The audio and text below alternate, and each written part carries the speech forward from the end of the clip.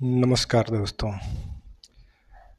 आज हम आपके लिए एक क्राइम स्टोरी लाए हैं। बेंगलोर की एक महिला जिसका नाम महालक्ष्मी है, आप लोगों ने सुना होगा।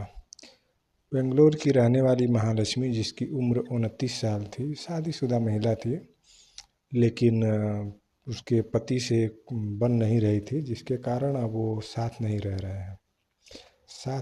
रहे हैं। और कुछ दूर पे रहता है, जिसका नाम है हेमंत दास। इसका खुलासा 21 तारीख को जिस रूम में वो भाड़े पे रह रही थी, उस रूम से बहुत बदबू आ रही थी। तो मकान मालिक ने फ़ोन करके महालक्ष्मी के परिवार वालों को बुलाया।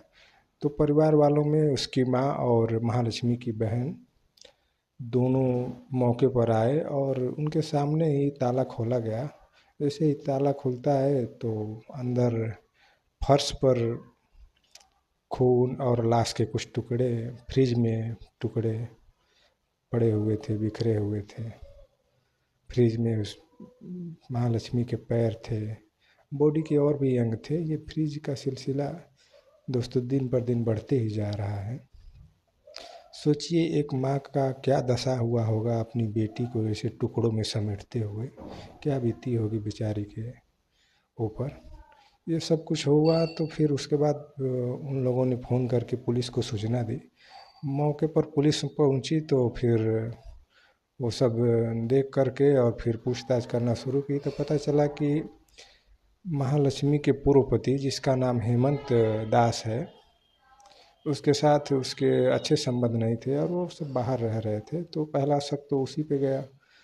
फिर हेमंत दास से जब पूछताछ शुरू हुई तो हेमंत दास ने बताया कि मेरा रिलेशन कुछ सही नहीं है, हम दोनों में बातचीत नहीं थी काफ़ी समय से। तो पूछा गया उससे कि तो बताओ अगर कुछ जानते हो तो उसने बताया कि एक अशरफ नाम का लड़का, जिससे महालक्ष्मी की काफ़ी बनती थी, और वही स्कूटी से ला करके घर छोड़ता था। कई बार रात हो जाती थी तो रात को भी ला करके छोड़ता था। तो फिर अशरफ से जब पुलिस ने पूछताछ किया तो अशरफ एकदम अनभिज्ञ था, अनजाने रूप में उसको ऐसा लग रहा था कि वो जान करके वो खुद ही ताज्जुब था कि ऐसा कैसे हो गया, महालक्ष्मी के साथ ऐसा कैसे हो गया। वो मतलब उसको कुछ पता नहीं था इस टाइप का। फिर अभी जांच पड़ताल चालू ही था कि आ, पुलिस महालक्ष्मी के ऑफिस में पहुंच गई। ऑफिस में पहुंची तो पूछताछ शुरू हुआ तो पता चला कि जिस दिन से महालक्ष्मी ऑफिस नहीं आई है, उसी दिन से ऑफिस में एक और बंदा काम करता है, वो भी उसी दिन से लापता है, उसी दिन से ऑफिस नहीं आया है, जिसका नाम है मुक्ति रंजन रॉय, जो कि उड़ीसा का रहने वाला है। मुक्ति रंजन राय के बारे में पता किया गया तो फिर कुछ सबूत साथ पास मिले के पुलिस वालों को। मोबाइल ट्रेस किया गया तो पता चला कि महालक्ष्मी के और मुक्ति के दोनों के मोबाइल लोकेशन 2 तारीख और 3 तारीख को एक ही जगह पाए गए। उसके बाद कुछ पता नहीं चला। फिर मुक्ति के भाई के यहाँ पुलिस ने छापा मारा तो भाई ने बताया कि उसे फ़ोन करके मुक्ति ने बताया था कि तुम अपना रूम बदल दो, कुछ घटना हो गई है जिसके कारण मैं अब यहाँ से जा रहा हूँ, तुम भी यहाँ से चले जाओ।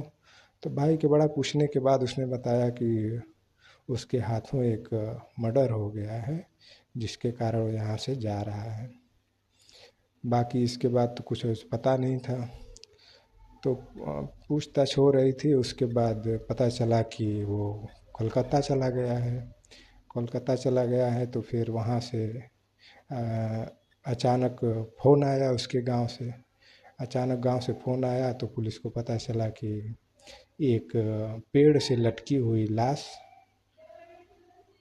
मिली है गांव के बाहर।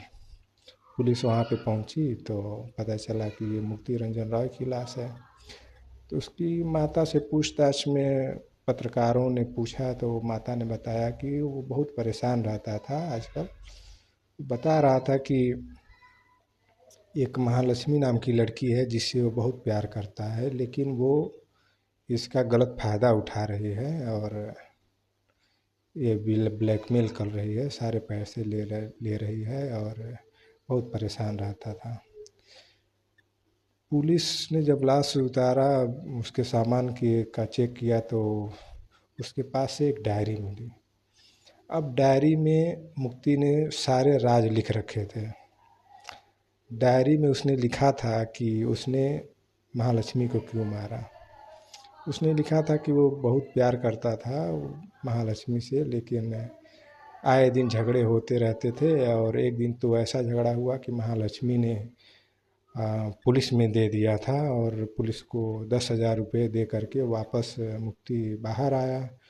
तो फिर कहा सुनी होने लगी तो महालक्ष्मी ने ही पहले उसके ऊपर हमला किया, उसे जान से मारने की कोशिश की।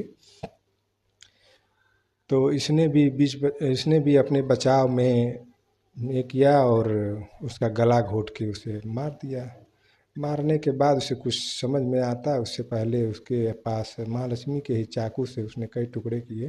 वो लाश को ठिकाने लगाना चाहता था, लेकिन ठिकाने नहीं लगा पाया और वहाँ से फरार हो गया। कुछ टुकड़े फ्रिज में रख दिए, कुछ टुकड़े वहीं छोड़ दिए, वहाँ से फरार हुआ। आपको जानकर हैरानी होगी कि ऐसी हैवानियत इंसान कैसे कर सकता है। 59 टुकड़ों में उसने महालक्ष्मी को काटा था और बोला था कि मैं उसे प्यार करता हूँ। ऐसा कैसे हो सकता है। सारी कहानी बताई थी, उसके पैसे ले लिए, उसके जेवर ले लिए। बहुत परेशान रहता था वो। 40,000 कमाने वाले व्यक्ति के पास कुछ भी नहीं बचता था, उसे ब्लैकमेल करती थी। वो उससे पीछा छुड़ाना चाहता था, लेकिन पीछा नहीं छुड़ा पा रहा था और फिर ये घटना घट गई।